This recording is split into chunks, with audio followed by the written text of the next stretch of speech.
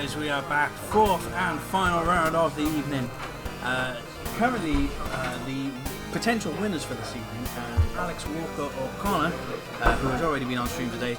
We'll try and get you an update on that when we get through this round. In the meantime, we have Paul Fallon on the left playing Ice Lightning, Ben on the right playing full colour wall pile. Correct me if I'm wrong, but isn't Ice Lightning Paul's specialty? It is something that he has sort of tweaked by the sound of things. So, because previously he was on the mono lightning list, which was really strong. So, see, every time I see Paul play, he's always done something different, and I am extremely excited to see what he's done with this now. Yeah, exactly that. I did see a few cards earlier, but while he was playing in some friendlies, but we did not get to see enough of it, so let's go. I'll be honest, I'm just really distracted by the pretty sleeves. They are very lovely sleeves. Yeah, they are very plain blue sleeves. There's always a sarcastic one. That's my job here, didn't you know? That's why I stream. I wondered why people employed you. Well, I say employed in why I volunteered. Very loose terms, yeah. So here we go. Again, fourth and final round of this evening, guys. We will not be going to a round 5 because we will have a declared winner after this round. Paul and Ben both X and L. No, sorry. Connor and Alex are playing for first place, but Connor has already been on stream, so I didn't want to put him on again. Oh. Seen him once is enough. Yeah, no, we can't. We can have another stall game right now. So going in with Keith Sith, really early on here. This is going to cripple potentially anything that Ben might have had planned. I don't hate taking the wall here. Yep, I don't blame him at all. Such a strong card to get rid of. Cecil offers a lot of protection, which is, Cecil's another frustrating card to be on the board against you if you haven't got the resources to pay for him to target things. But it's not game breaking as yeah, and it's not game just control as controlling as a wall. I should say. It's not just that as well. Like, yes, you could take the Cecil, but we'll take anything that the Cecil plays, and it becomes pointless. Almost, anyway. I was going to say, because that the pay extra 2 for if you want to target something, I rate that so much. Now, if you're wondering why it sounds like something is in Jack T's mouth, it's because he's hitting a razzle, rizzy? Jazzy, isn't he? Jazz, I don't bloody know. I don't know, but whoever serves these hates me because I don't call them by their real name. Do you know what their real name is? Jazzies. They are Jazzies. Yes. Oh, I hope they're called Jazzies because that's what I've been calling them. I've definitely heard you say Jizzies. I did have a Jazzy in my mouth, so there could have been that. But yeah, we're now seeing the Clara search for King Tycoon, getting ready to start playing the backups. And he comes out with a Lena. I don't hate this because I'm not sure how many EX bursts we will see on Paul's side. He is playing Lightning and they do usually run a heavy amount, but it could be a slightly different list here where we're going sort of heavy into forwards. I'm going to put money down to say he's got at least one Odin in the next burst in there. I mean, we could see Ben end up with quite a large hand if he starts attacking quite early, hitting the X bursts, and all of a sudden having 7, 8, 9 cards in hand. Well, that's it. We know that Ice Lightning can go a bit aggro, and here's a Zeramus to sort of prove that point. Where Ben is going to need time to set up, get his 4 colours online, but instead that Lena's going to get frozen. It's going to slow Ben down just that little bit. I rate this Zeramus so much. It is a super strong card, and I think there's a card coming out in the next set which will make Zeramus really deadly. It's like when, I think it might be like a Zac, where if something dulls you get to deal some sort of damage, and it turns Zeramus effect. Could be pretty deadly. That might be the new aggro. It's going to be interesting in the Opus, especially with Limit Break as well. A lot of new things coming out in the new Opus, which is going to be very interesting. Yeah, Limit Break's one of those things that we're all gagging to try and find out about, but just Square Enix just not giving up that info. You know, I thought when Warp came out, that was a big game change for us, and I think a few people were like, "Hey, is this going to affect it?" I've not really noticed not many people using the Warp ability, so it'll be interesting to see whether Limit Break is something that's used very often. When Warp came out, I got things like Young Cax, so yeah, less said about that the better. I do remember those harrowing times around about the early Opuses when I started, was the Teodor, Turn 1 Teodors. Put the fear into you. And that's a thing that we probably didn't mention during Finn's game, is how big the ice deck can get where you don't see a turn 1 Theodore anymore. You know, it's not something you just immediately go digging for. But again, that's a discussion for another day, because Paul Fallon going in with a Ricard, what's he going to choose here? I reckon it's probably a Rufus. Oh no, nothing, because it's got to be a lightning card, right? I believe so. Yeah. Add one lightning card into your hand and return the others to the bottom of your deck. That is a big shocker, whiffing on a lightning card. There was a Sid Randall in that as well. Yes. That was Sid Randall, 2 Rufus, like Ishtola. There was a lot of good cards that went. That was a painful. You just hope when you're in that position, you just hope you've got enough search effects so you can shuffle your deck back and get them back towards the top, and get ready to play in another turn or two. Okay, so there's this Cecil from earlier. Playing the Edgar. Has he got anything then? Did he play the Edgar from Cecil? No. Oh yeah, he looks like he did for no effect. But nothing to bring in with Edgar. I think he's just guaranteeing the colour fix for the wall. Yeah, well, maybe, but you're hoping then. You know, Edgar just feels like a bit of a wasted card when you're not bringing something in with him. Would you rather drop that Cecil down and not play a card? Oh, it's better than playing nothing, of course. Yeah. The other potential is that Ben maybe didn't have the fire CP to be able to play the Edgar straight from hand. So yeah, you know, maybe Ben is just like, well, okay, I've got my way around that. I'm gonna get that out now. I mean, you have to do what you have to do. Exactly, and at the end of turn there, Paul just reminding Ben that non-targeting, you must dull all your forwards at end of turn because Zeramus says so. It's a very easy way to get around paying 2 CP when you don't target. Exactly. So this is why I really enjoyed the Samurai decks. When I started playing, I played the Heian with the Scion card. I'd always swing with it. Oh, we just saw a back attack Sephiroth there. Oh no, yeah, that's the break on entry, isn't it? Yes, it is. And he paid the 2, I believe. This here's Sephiroth. Yes, the Opus 18 Legend. So when Sephiroth enters the field, choose 1 dull forward, opponent controls, and break it. There we go, that's how Cecil went. Also has back attack. When select one of the 2 following actions, your opponent discards 1 card and choose 1 forward of cost 2 or less and break it. Well, now he's got that Edgar. If he breaks that Edgar to play him for cost 2, swing, break. But now, though, Irvine comes down and we are losing cards out of the break zone. And that could be devastating because we would have targeted the sort of characters as quickly as possible. I can see the Cecil's gone. Yeah, the Ku Sith not able to hit anything as use because it's all summons in the break zone. Oh, and an Amat as well. That would have been nice. Paul running away with it here, showing how commanding and use out of his dull freezes and his back attacks and his remove from the break zones all in one go. So when you've got no cards to play, it becomes a hard game to play. Shantato does answer that though. Let's get them all removed from the game. I'm pretty sure I just saw a face palm there of Scratch.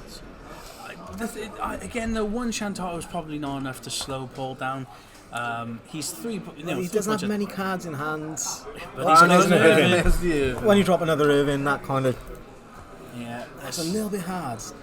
So nothing gonna be left there. We're gonna get rid of a couple summons, and he hits the X though. He does it. Is that a hope just gone in? Is it? That's an arc. Arc. Yeah. That's the one I meant. It is this one. I love this arc. You know, it's fantastic in any card deck with Warrior Light or multi-element. I was playing a Wind Fire Warrior of Light with the Light Refia. I used to, as we saw earlier, I used to run the Zidane with it. I just hoped that I wasn't playing Fire or Wind.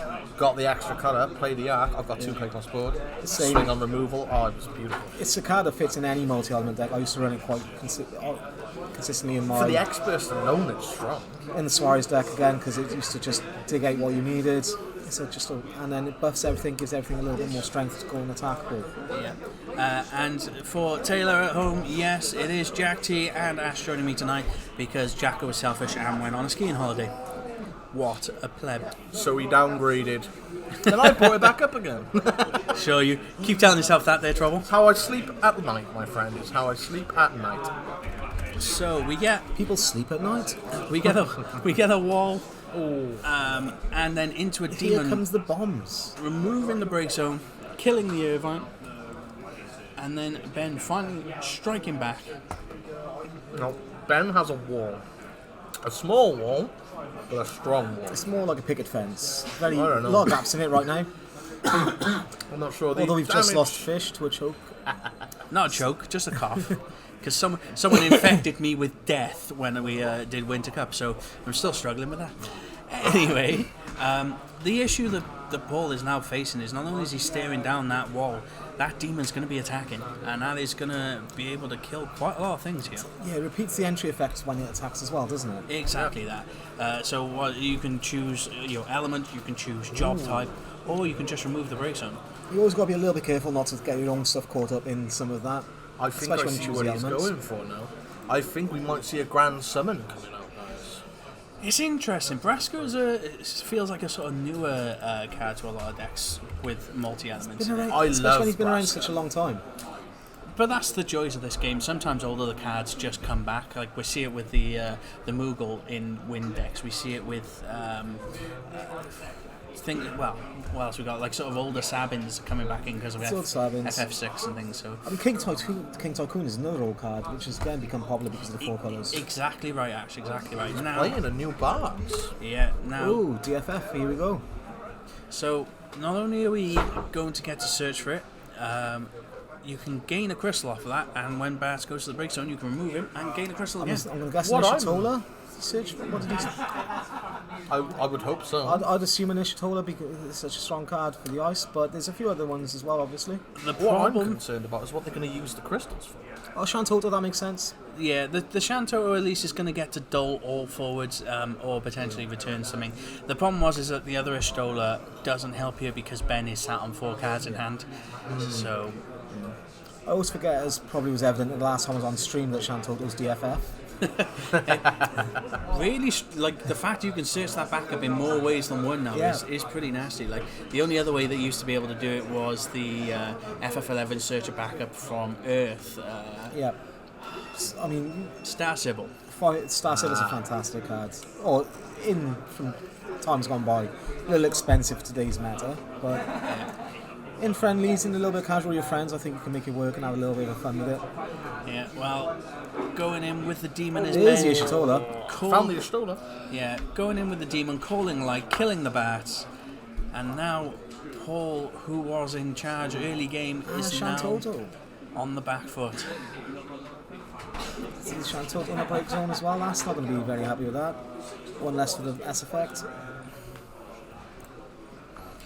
So Paul staring down lethal next turn.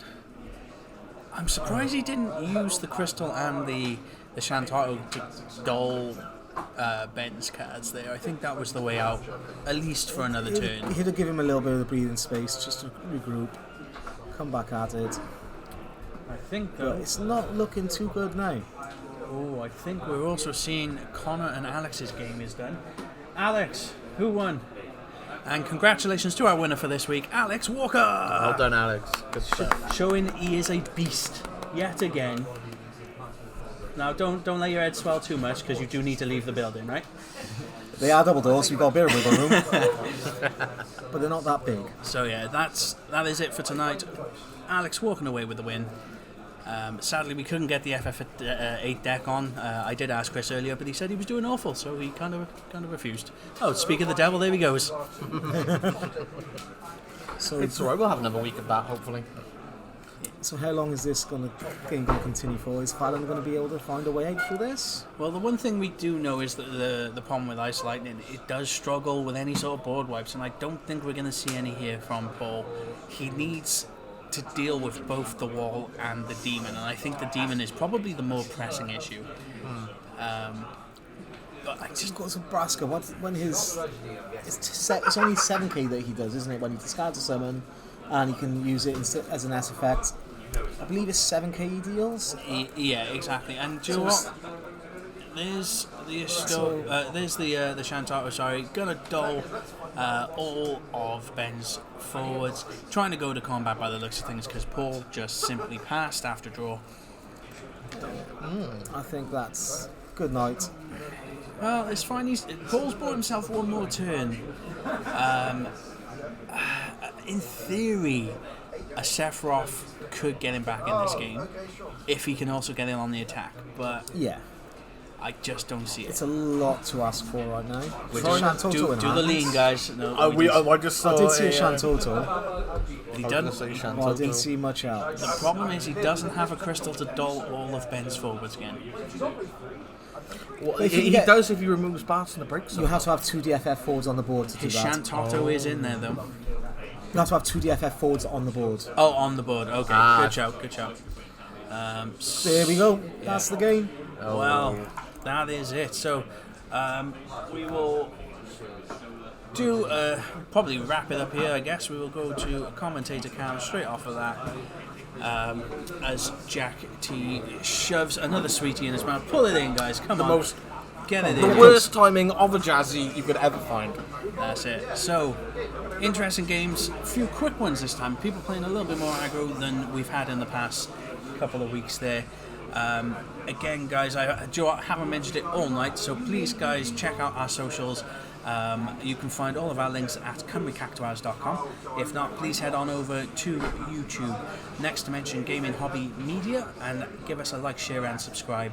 That would be much appreciated. We're on the road to 500. We've cracked the 300 mark, so yeah. Slowly but surely we'll get to where we're going. That's it, yeah. May have Jack and Ash join us again in future weeks, depending. We might go back to a 2-man format. We never know. We'll see how it plays out. Any final words from you guys? Again, I'm a little bit sad I didn't see the FF8 deck. I really like seeing the FF8 decks, but unfortunately it is what it is.